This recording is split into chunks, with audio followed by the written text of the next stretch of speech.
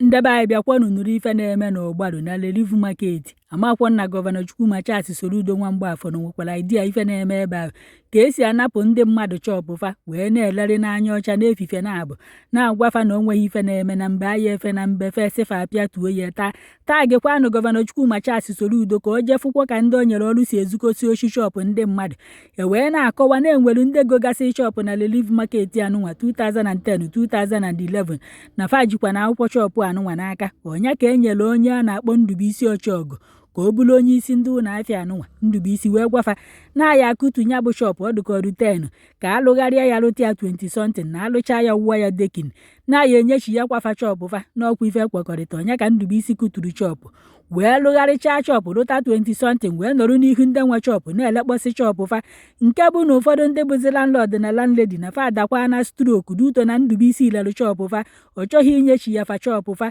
na ụfọdụ n'ime fa nọzikwa n'ime afịa na-agba ọsọ afịa fa wee nọrọ ebe a na-akpọ Gọvanọ Chukwuma Soludo nwa Mgbafọ ka ọ gbatalụ fọsọ enyemaka na onye o nyere onye isi ụlọ afịa na ọ na-akpagbukwa fa na ọ na-emegide fa na ọ na-anakọsikwa fa okefa n'ike onwekwa na ife mmadụ anyị afụna mmadụ a na-ezu mmadụ ibe ya oshi na-efife na-abụ n'anya ọcha. Hei, kemgbe Naijiria ya adị mma bikonu unu a na-asị na gọọmenti na prezidenti amaghachi unu nwee nyere obere ka unu nekwata ndị nọ n'okpuru unu anya unu na-anakọsifa okefa onu ohe oshi bụ nke a doo. Anọ m n'Ọgbaru main market, Relief Market, aba ka nọ.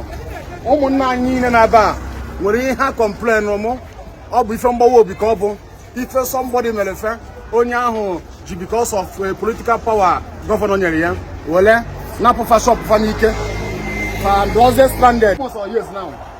3 years ago ka ọ napụ ụlọ shop ụnụ 2023 ka ọ napụ ụlọ shop ụnụ and o wee say use because of Gọvanọ Soludo nyere ya power as chairman Ọgbaru main market o wee say nala ha shop. So unu ga-anụ national government, so unu ga-anụ from them ka unu know exactly what happened. Shop mo data ndewo shop mo data olubi ya akwadolu eku ebe alụwa si na ya akụ shop mana alụchakwa onye bịa gwa anyị bụ Ndubuisi Ochiọgụ na ya akụti shop deba mana akụticha ya na alụcha ya na onye nwekwa shop ebe a na-enwetakwa so anyị nwechakwa ahụ dị onye nweta alụchakwa shop ọ bụzie na iwe ala nweta shop ebe ọ bụ na inwe ha mgbe na-akwụghalị mụ na ọga m nkịta anyị na-akwụghalị na Igbo anyị enweghịzi shop onweghị ebe anyị kọziri shop anyị na-agbazi ọsọ afịa kịta ka alụbọọlụ anụnwa achọrọ elu ebe ibu alụbọọlụ achọrọ ilu ebe ọga m gakwuru Ndubuisi Ochiọgụ chairman na Chimara piano sọsọ shop abụ ya shop ya nwere na Relief a ya malite o esi wee ma emechaa ka ya na ike elupi ya yọcha ya anya si anyị yo stay Ndubuisi Ochiọgụ chairman Relief ọ kpọchiri obi o mere anything maka ya nyanwa na onwe ya nwetakwa shop ebe a nwechakwa ndị ọ nyechakwa shop ọ lere na olere ma ndị a na-ere etiere mụ na ọga nọrịsịa kịta na-agba ọsọ ya bụ ihe adịrọ n'obi mma biko ụmụnna ụnụ maleta unu esi emenyela anyị aka nyere anyị aka biko Gọvanọ Soludo biko ana m arịọ ọbụla anyị biko unu gbatala anyị ọsọ enyemaka. So since now shop ga-anago since ahụ ya nọọzi m na shop ọsọ ahịa ka m na-agbazi na Relief since 2023 ụmụnna anyị ndị Igbo bụ na-afọ ife ụmụnna anyị na-agamiga onye ji political power oyuzo na-eme n'ọdụ na-ebe akwa maka ihe a nna ala n'ụlọ na-ebe akwa o wutere too much ịnalụ mmadụ ihe n'ike ọ dịrọ mma. Another person.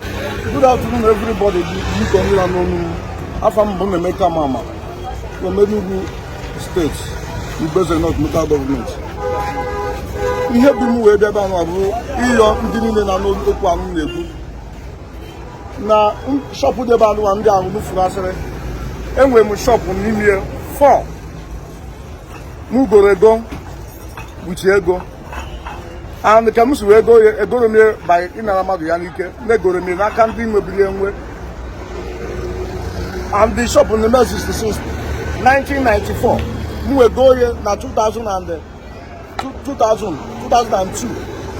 ka m goziri shop ka a na-ekwude ekwu egwu aka aga abịa to say the places si na emeche ka arụgharịa ya reform garịa ya nyeghachi ndị nwe elu the shop dị 15 in number arụgharịsịa ya lụta 22 in number all the one before all the 15 in number arụgharịsịa ya lụta 22 in number so n'ime 22 in number anwa enwere nke na-eziri izi nwa na-ekwekwa bụ mgbe m ga ya n'ebe a and the kebezokwe bụ anyị emebi ihe niile anyị na-emebi gbaa mbọ niile anyị ga-agba mana our chairman bụ Mbibisi Ọchọ ka anyị yọgoro onye anyị nwere ike ịyọ ka onye anyị shọp anyị mana otu abụrụ n'ezi anyị wee ebe a na-ayọ ụmụnne m niile ndị Igbo our excellency gọvanọ Chukwuma Soludo biko ama m n'okwu anụnwa m na-ekwu bụ na ama m na gị nwa bụ our gọvanọ ị nwere intention ime mmadụ ọdụka ihe anụnwa and anyị ncha niile gbakọrọ aka ọnụ kwere na Chukwu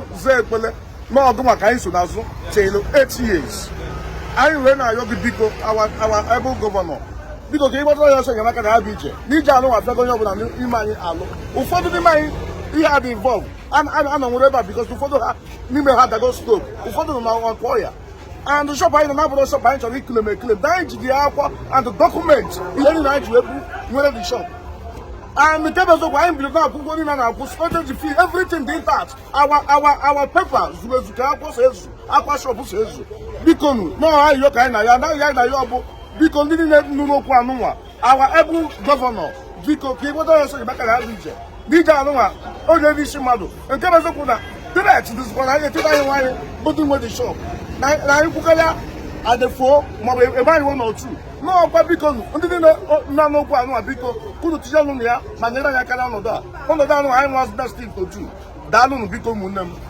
afọ m Ndubezọra dị egwu since m nwere shop ahụ 202 ka shop ka nweta allocation ahụ onye okenye na-anọ na shop a for long 2023 ka ọ na-akpa shop a bịaghị si na ọ ga-enye anyị shop anyị kwuru dan onye nche shop ahụchazie shop ụlọ ejegozi otu anyị na-esi onye kpa shop ụlọ ọtụtụ ọbụla gba ọsụtọnụzie egwu ụlọ onye tọnụzie nchezie shop rentwezie na-ere ndị ọrere rent ndị ọrere sisi onye kpa shop anyị na-ene abalị na-ayọ edika ka anyị na-eme ụdọ ọchụkụ n'ọsụ na-ewu keja anyị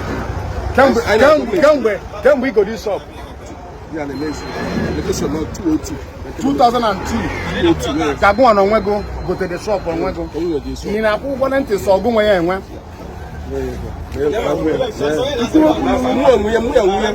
gụnwa nwe the shop okay gụnwa nwe the shop igole since the year 2002 ka ị nwe the shop oluzie mgbe Soludo nyere ọrụ as a chairman ka afọ the man Mbibisi Ọchọ oluzie mgbe onye ọlụkwo oluzie mgbe gọvanọ Soludo nyere ọrụ oyizie political power chụpụsịa ọnụ lord the shop welezie elezie ụna anọzie stranded let's see my receipt. Okay, the receipt got back. No problem. Happy, just happy. So I've got the receipt here. Look at it. Location, everything. Oh yeah. Ẹsùn fàmí Enugu steeti ẹgbẹ̀rún mi shop ego wee nọrọ ebe a since kemgbe Mbibisi kemgbe Soludo bịa na Mbibisi power Mbibisi bịa were the power wee sị na ọ ga-anara anyị shop ahụ abịagodo si na ọ ga-enye anyị 200,000 anyị wee ego site ezi ọ ga-enye anyị 200,000 na mụ ama nwe shopping goro vasis na-eyi uze ebe a ka esi azụ ụlọ m ebe a ka esi azụ ego ụlọ m kemgbe Mbibisi kwuru ya Uri asesa woji yo neme. Ukwari ka na rubire ma. Can we go to the shop? Shop like 2010. 2010 we go to the shop. Where the shop? Oh, that's another one na 2023. And since I was in now, people stranded. And they got on shop and I got first. They got na shop I got from all the let's see many people no go near. Man and I need to stranded. After move Sunday when I shop Mbibisi Ọchọ bụ na since eji wee si anya na-elebe n'anya since 2002 ka shop ma ji bido mewe 2002 ka o ji wee nọrọ n'aka. Okay, guy, kid go to shop. Ka o ji wee bụrụ my own eji m original akwụkwọ ya na-akwụ storage na-akwụ allocation ihe niile dị na ya na ma akwụ nalụ m ya maka ha na bawa wee na mbịa since ahụ nwezi ya m na-eme achụpụrụ m na shop bulie shop m ebe ngwa ya dị ya chukwu na shop m maka na onwe ihe m na-eme ụmụnna anyị niile do stranded since 2023 ozi ha na-azụ ọ napụba shop fa and ọ fenwe shop ọ bụrụ na ọ na-eme na ọ na-aza ana no because of political power onye anyị zuru na gọvanọ Soludo nyere ya ka o ji wee na-eme ife ati ụmụ nwanne anyị ha do stranded ọ na ha shop but let the shop because of all Governor Soludo nyere ya and I know that Governor Soludo is not supporting this evil. Biko so ndị ọma na-ege ntị ekenekwa m onye ọbụla ehihie ọma na afọ m bụ Mr. Ifeanyi Chukwu Innocent Eziala abụ m onye Imo State from Mbano. Ana m azụ ahịa na Ogbado main market since 1985. Nna m biro zụba ahịa ebe a. Mụ agụcha akwụkwọ wee soro wee zụbakwa ahịa. Egoro m shop m na 2007. So ka o si gbata nkịta akwụrụ na abịaziri na asụzi anyị na shop ahịa anwa na anyị arụgharị ya alụsịzi anyị ka anyị chi ya kwa na the shop. Onye ọbụla jidekwa akwụkwọ original paper asị na nsogbu adịrọ. Ekwu aka nye anyị 48 hours to pack out. Ihe ọzọ anyị fụzi akwụrụ shop butuo. Ọzọ ebido lụbasie shop, alụba shop, lụsịa shop, na-elezi shop, na-elesi ndị mmadụ shop, na-erenti ma chairman na onwe ya bụ Ndubisi shop, so nwekwa shop ebe a na so many other persons. So I dey appeal to the office of the governor, Professor Charles Soludo, ọlụ atụ egwu nke ndị Anambra, dịka udo isu ọhịa. Let him come to our rescue. Na mmegide adịrọ mma. I am a part and parcel of Apuga. I'm in fully support of Soludo administration. Our governor, sir, please come to our rescue. Long live Anambra State. Long live Soludo. All right, we will live long.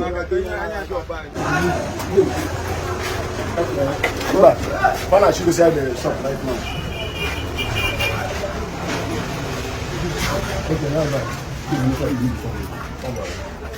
Oh, the shops. Okay, the shops. If you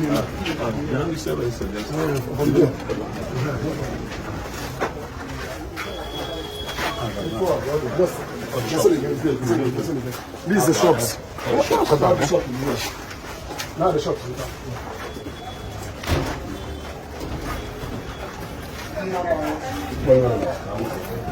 So that is the shops. All these places. All these places. All these places.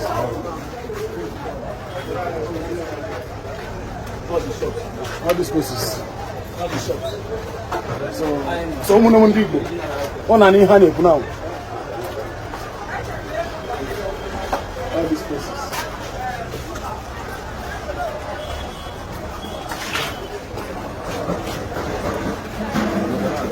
All these places.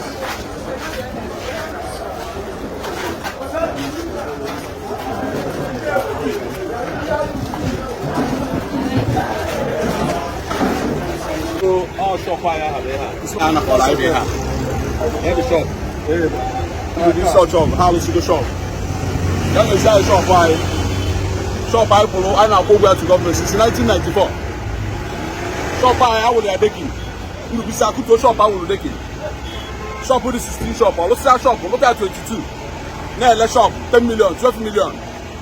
You be say go na shop I. Jeba allocation or something here. Funny enough, for any shop bank, you can go and verify. Open a shop authentic. Bank MNG and your so for any shop go up to today. You be another shop, put your shop, let's start shop, 22, let's shop. Lady 9 16 shops, not even one. You know the wickedness in here. What's a wicked generation? I'll be getting series of threats. I want a series of threats from the office of the executive chairman, Ndubisi shop.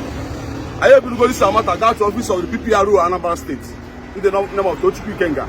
I complained about this matter. I'm going to be so trouble. You don't shop. I can you go get seen on the name of Ndubisi sign all government. National acquire compensation 150,000. Ndubisi so trouble. We're seeing the government. Don't you about 200,000 each person.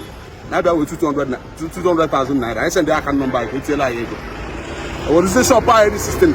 What say I? What you say? I kere. Well, look at 22. Ndubisi and those who are in shop, even one. You are not not state government. And the open water. Now, Governor Soludo, Bikudo Kisof and Kemma, all out to can never be part of this, can never be in support of such a Yes, yes. Governor, sir, please come to our rescue. Amen. My life and my life of my brother are in danger. I want to be seen. I also know in the quote, or maybe now, because I don't want to lose my life because of natural. Because we are so many. We are about 7 in number. I want to 3. Up to $2 shop. Then the shop 10 million naira, 12 million. You be saying shop I not even one. Also, I am one money. Like I have money mistake. Maybe I don't know why I'm better. So, Governor, sir, please come to our rescue. You go ahead and be seen. I cannot do that. Long live Anambra State. Long live. etu a ka ọ rakwanụ m n'ọnụ mgbe ndị ọma na-ege ntị ekenekwa m unu anụghị ife o kwuru aba awụ ọgbalụ relief market Ọnịcha ọ dọrọ mma mmadụ iji because of ọrụ gọvanọ nyere ya wee na-anala mmadụ ibe ife n'ike because of political power nwere ọ dọrọ mma and I believe that unu ga-enweta justice. Amen.